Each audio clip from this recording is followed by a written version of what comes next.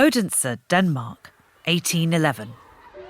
An infant school class enjoying their break time. The children were all playing together, apart from one 6-year-old boy sitting all alone.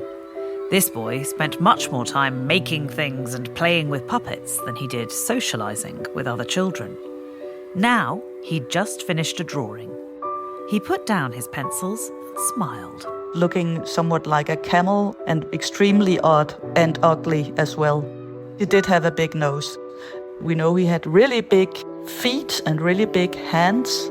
He looked different from a lot of the other kids, being taller than most. His parents were too poor to buy him new clothes, so his long, thin limbs stuck out awkwardly from his jacket sleeves and trouser cuffs. This unusual-looking boy was called Hans Christian Andersen. Though he was from a Christian family, the school was Jewish. His mother had sent him there on account of its enlightened ideas about children. Andersen had drawn a castle, a place he claimed to see in a recurring dream. He had, no doubt, an extremely lively imagination. He grew up alone. His parents certainly did not have any time to take care of him or play with him, but he was very good at imagining up things.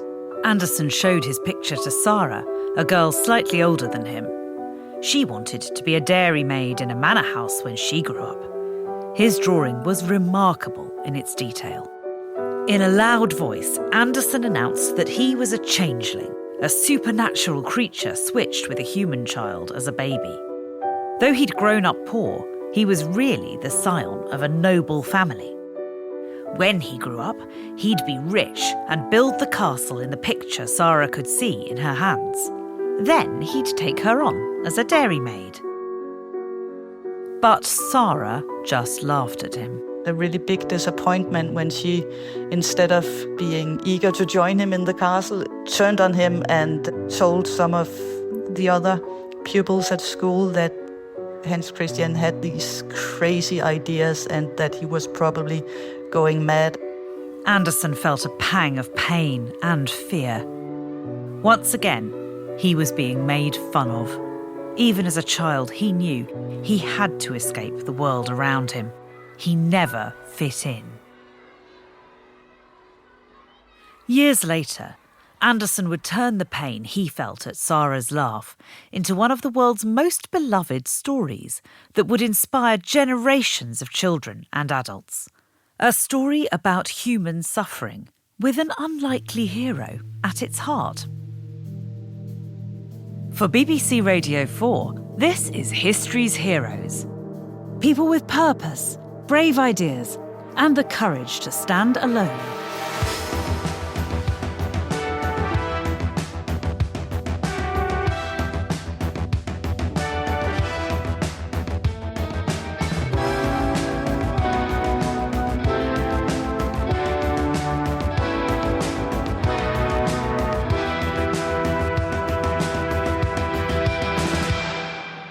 I'm Alex von Tunzelmann. I'm a historian, and today I'm going to tell you a story about a storyteller, Hans Christian Andersen.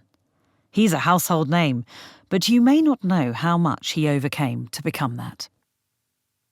August 1819. Sitting below a bunch of St. John's wort to ward off evil, 14-year-old Hans Christian Andersen stared intensely at the fortune teller who was examining the contents of the cup in front of her. It might have been coffee, it might have been tea. Andersen's mother was a washerwoman. She could not read and was deeply superstitious. Often she talked of trolls and ghosts. Andersen developed a fear of the dark and of churchyards. She hired the fortune teller. Denmark was a magical place. This was a time where the superstition and supernatural ideas were really prevailing. Alongside Christianity, of course, this for sure influenced him a lot, made his imagination stir.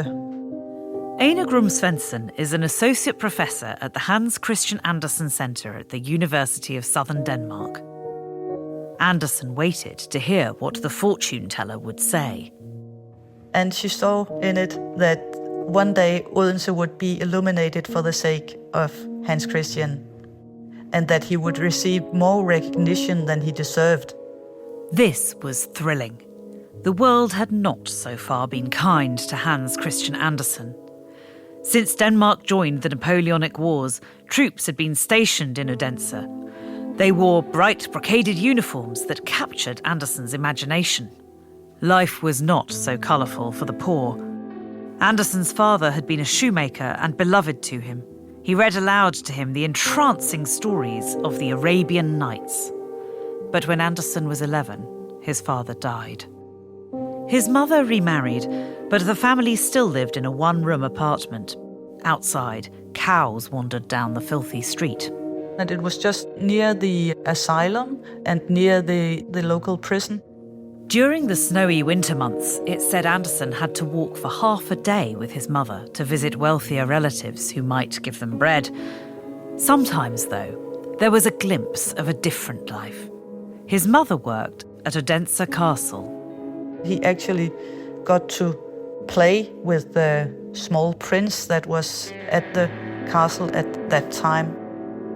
Seeing those fine rooms, Andersen's head filled with dreams of what it would be like to live there.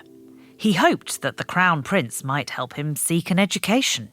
But Andersen was disappointed here because the Crown Prince advised him to become a craftsman and earn his money that way. Andersen was hurt. It wasn't so easy to work your way out of poverty, especially not when your family had a complicated reputation. His aunt ran a brothel. His grandmother was briefly imprisoned for having children out of wedlock. His grandfather was mentally unwell and roamed the streets shouting. And he was very concerned that he would be associated with this crazy grandfather. But he dreamt of a very different life. Already then, Andersen had this thought that he was going to be a poet and an artist. His mother encouraged his artistic ambitions. Even though his parents were extremely poor, they would actually go and see a performance at this small Odense theatre, where there was a troupe from the Royal Theatre at Copenhagen visiting. Andersen had no money for tickets, but he assisted the theatre's distributor in exchange for permission to sit in the corner and watch the shows. It made a great impression on Andersen, this urge to leave, to travel, to go to other places. In the meantime, though, he had to earn his keep. He had a good soprano voice and sang in the houses of the wealthy, but did not fit in with high society. So he tried to learn a trade. He went to a cloth factory, but was bullied a lot by colleagues there. And then he tried a tobacco factory, but with the same result. You can really tell that he wanted to escape his life in Odense because he left that early on, only 14 years old, still a kid really. The fortune teller's words strengthened his resolve to leave.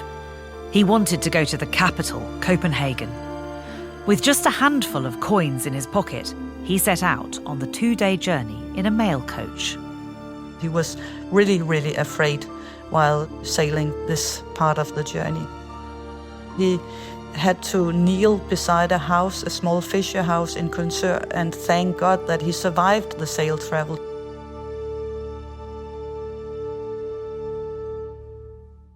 As the sun rose on the 6th of September, 1819, Andersen saw the spires of Copenhagen for the first time. But his first impression of the capital was far from beautiful. On the city's outskirts, riots were in progress, a pogrom targeting the Jewish population. And there was a lot of fighting and stores being destroyed, and it was quite a terrible thing. But since Andersen had never seen anything outside Odense before, he thought that this was really normal life in a capital and a big city. So he didn't think it was anything other than normal when he arrived. He may have thought this part of city life, but the horror of what he saw of the pogroms stayed with Andersen. Later, in his novel Only a Fiddler, he wrote about a Jewish girl who was put in danger. Inspired by his work with the theatre, Andersen hoped to make a living as an actor. The first place that he sought out was the Royal Theatre. He started by having minor roles in different plays and had a few dancing roles in ballets as well, but none of them really successful.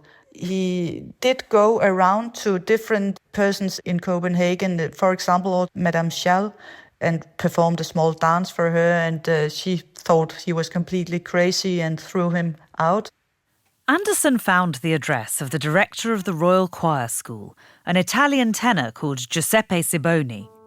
He went to the house, where a dinner party was in progress, and sang for the guests.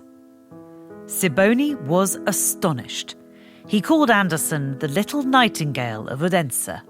He must have had an exceptionally charming and convincing thing about him. He did not let himself get defeated by the experiences of failure that he had. Finally, he had the luck to be a part of the attached singing school at the theatre led by Mr. Siboni, and he was trained there until he had the bad luck that his voice broke and he was no longer able to sing as beautiful as he was before. Siboni lost interest in his nightingale. He suggested Andersen return home and learn a trade. Andersen was heartbroken. He even considered ending his own life. That was the point in his life where he could barely get any food to eat and was living really on the edge. But he had made some connections at the Royal Theatre.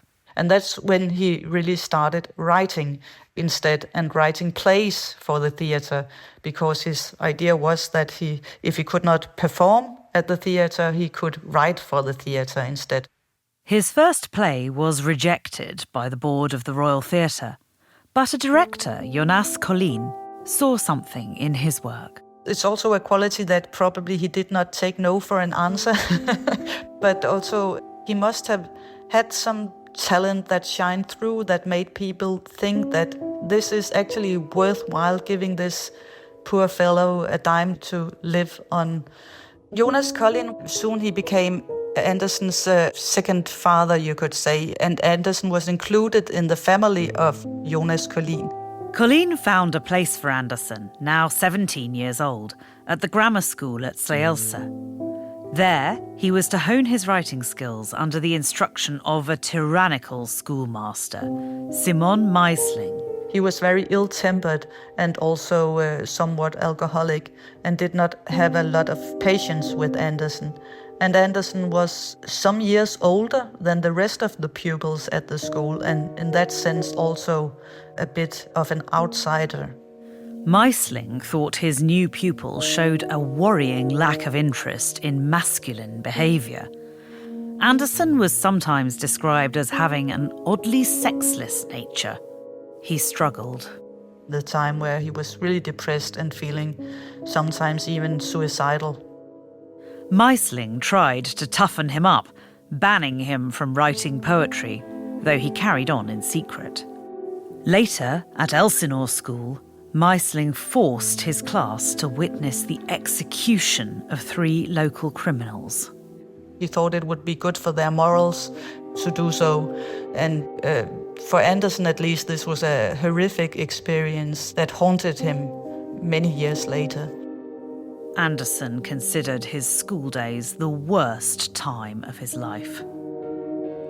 At last, Collin let him return to Copenhagen to complete his studies under private tuition. Andersen was overjoyed.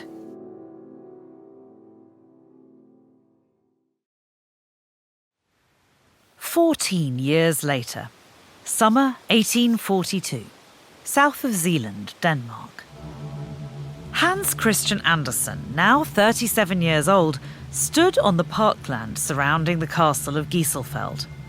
The place was breathtaking, a former monastery surrounded by a moat. A close friend once claimed Andersen wrote too much, but his poems and travel writing were now successful. He had started traveling around the Danish manor houses, the manor house of Gieselfeld and the manor house of Brenved, both in the south of Zealand. The castle was owned by the Countess of Daneskjöld, the mother of the Duchess of Augustenborg, no less. It could be overwhelming to be around such wealth and class, but these patrons helped keep Andersen's creative endeavours flowing. And this was a sweet deal for both the nobility at the manor houses and for Andersen himself.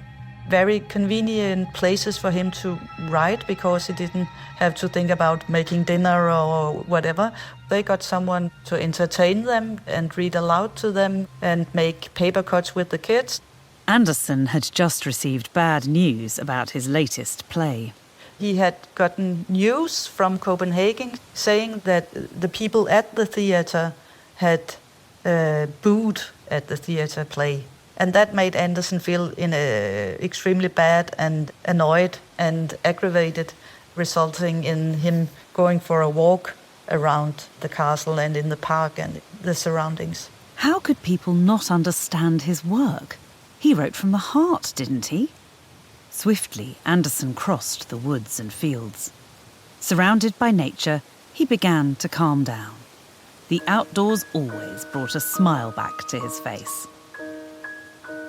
A few years earlier, he'd had romantic feelings for his closest friend, Jonas Collin's son, Edvard. He wrote to him then, "If you looked down to the bottom of my soul, you would understand fully the source of my longing and pity me." He'd also started to write fairy tales. Still, though, as he walked around a lake, he felt there were things he'd not been able to express. And there, among the flowers and the fields, he had the idea of the story of a duck.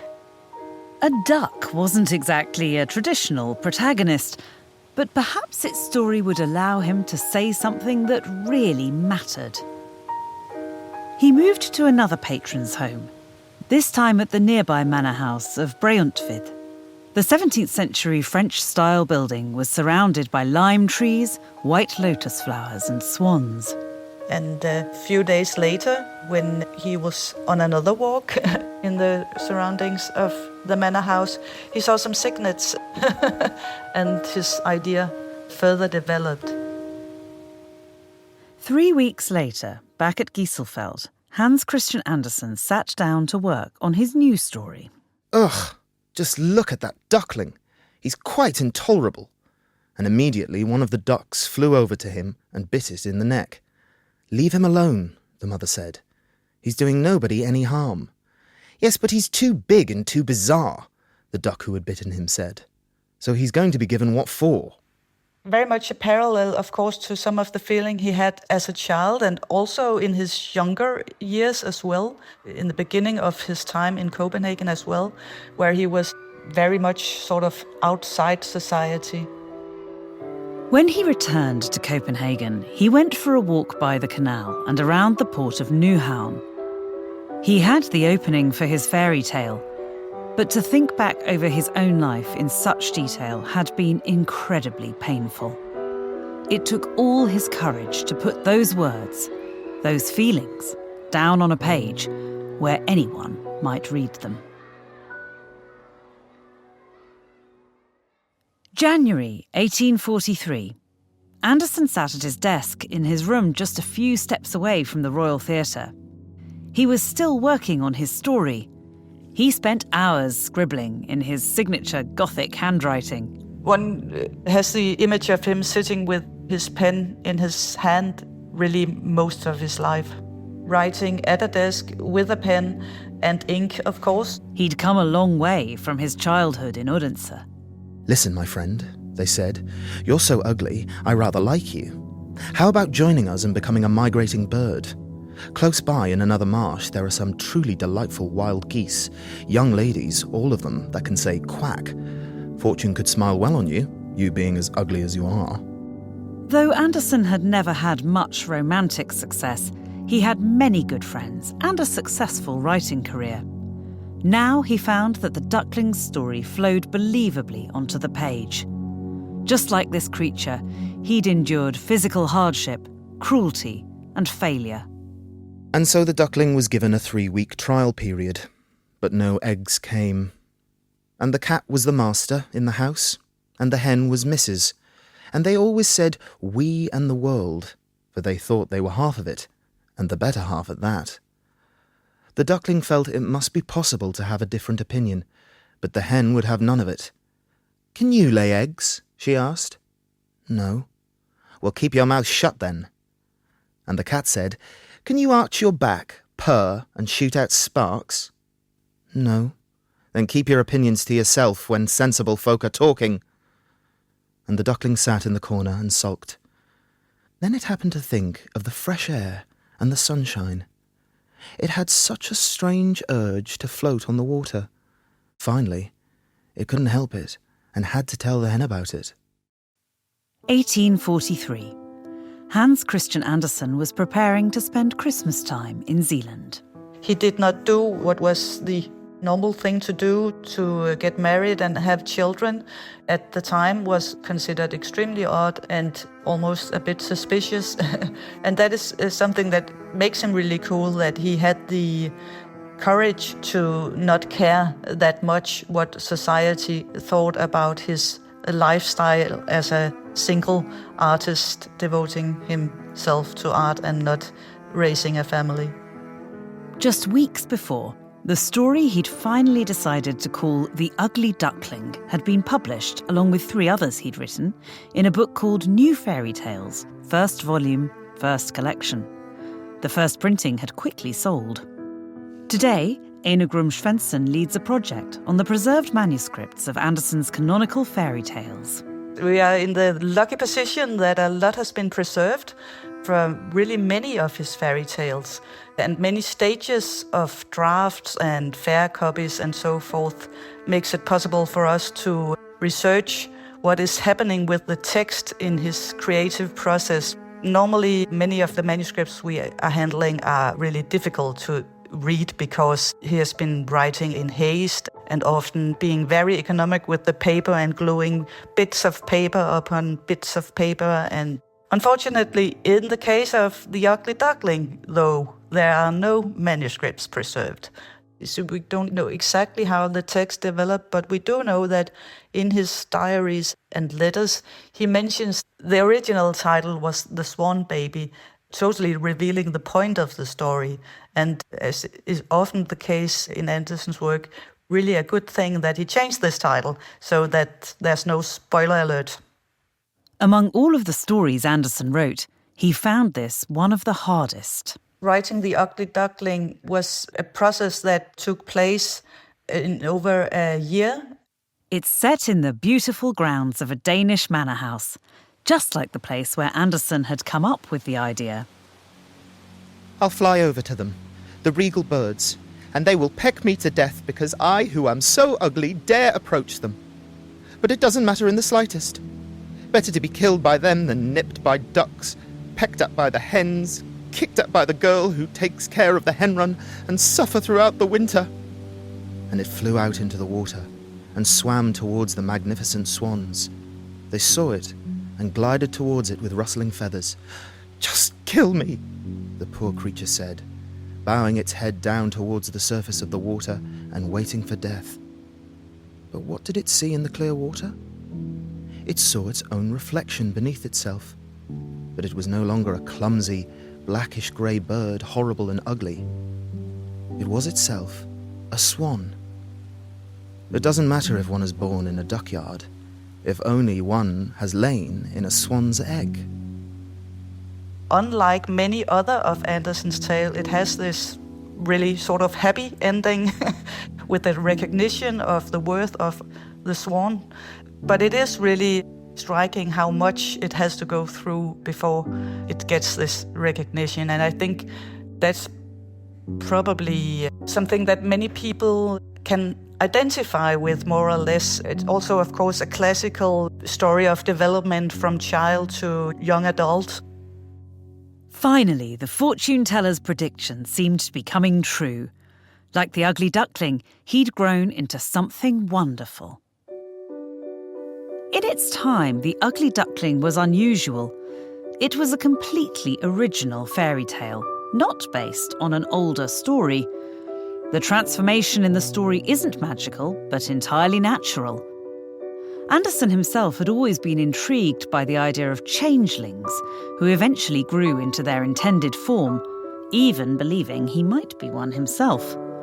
He'd turned the cruel bullying he experienced in childhood into a universal story of survival. Hans Christian Andersen became a treasured national figure in Denmark. Many of his stories became part of the fabric of culture: The Emperor's New Clothes, The Princess and the Pea, The Snow Queen, The Little Mermaid. Meanwhile, the story of the ugly duckling continues to resonate with children and adults around the world. In 1914, the Russian composer Sergei Prokofiev wrote a version in song. In 1940, a Disney adaptation won the Academy Award for Best Short Subject Cartoon. There's even a musical version entitled Honk, which is often performed in schools. You could say that he taught people that they were enough as they are and that they don't have to seek outer acceptance.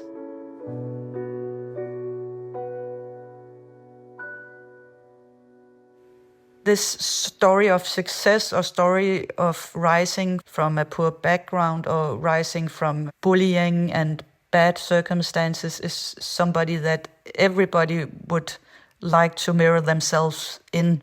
Being able to have empathy with others and sympathy for the weak and not only the strong, that is a really lovely thing.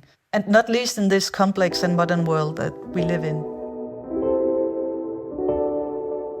Next time on History's Heroes, a 7th century monk sets out on a dangerous journey from China to India and becomes a folk hero. Xuanzang levels up.